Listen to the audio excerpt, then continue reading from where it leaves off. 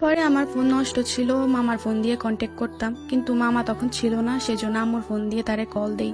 সে call ধরে আমার voice শুনে অনেক গালি দিল। তখনও আমি মেডিকেলে ছিলাম। পরে 3 দিন পর বাসায় এসে আমার ফোন ঠিক করি, কিন্তু দেখি যে আমারে ব্লক করা। ওই টাইম না আপু, আমি মরার মতন কান্না করছিলাম। পরে আমার খালাতো ভাইরে সব বলি, ও বলে যে নাম্বার দাও, আমি চেষ্টা করি। পরে নাম্বার দিলাম, সাউন্ডে অনেক বুঝাইলো, কিন্তু সে তার কোনো কথাই শুনতে রাজি না। পরে ওরা আমার ফোনে সাহস করে মেসেজ দিলাম, তার হাতে ফোন তার মায়ের ফোন ছিল।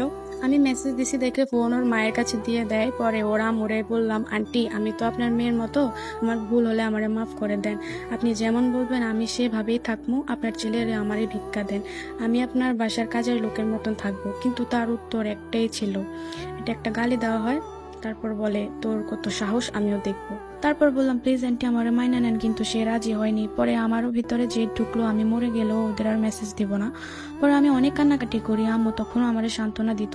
পরে 6 মাস পর সে ব্লগ খুলে মেসেজ দেয়, বলে যে আমার লাইফে আবার ব্যাক আসবা। পরে বললাম কেন? বলে আমি তোমার ছাড়া ভালো নাই।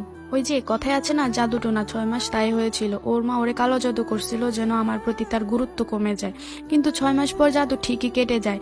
পরে অনেক বলল ব্যাগ যাইতে, কিন্তু আমারও ভিতরে অনেক জেদ ছিল। এত কষ্ট পাইছি আমি, এখন কেন ব্যাগ নিব? কষ্টের সময় যখন একা পার করতে পারছি, এখনো পারবো। পরে আর আমি ব্যাগ যাইনি। ছেলেটা আজও অনেক কান্না করে, কিন্তু তার ফ্যামিলি আমার কখনো মানবে না, আর আমার পরিবারকে অনেক অপমান করছে। রিলেশনটা সেই শুরু করছে, আবার সেই শেষ করছে।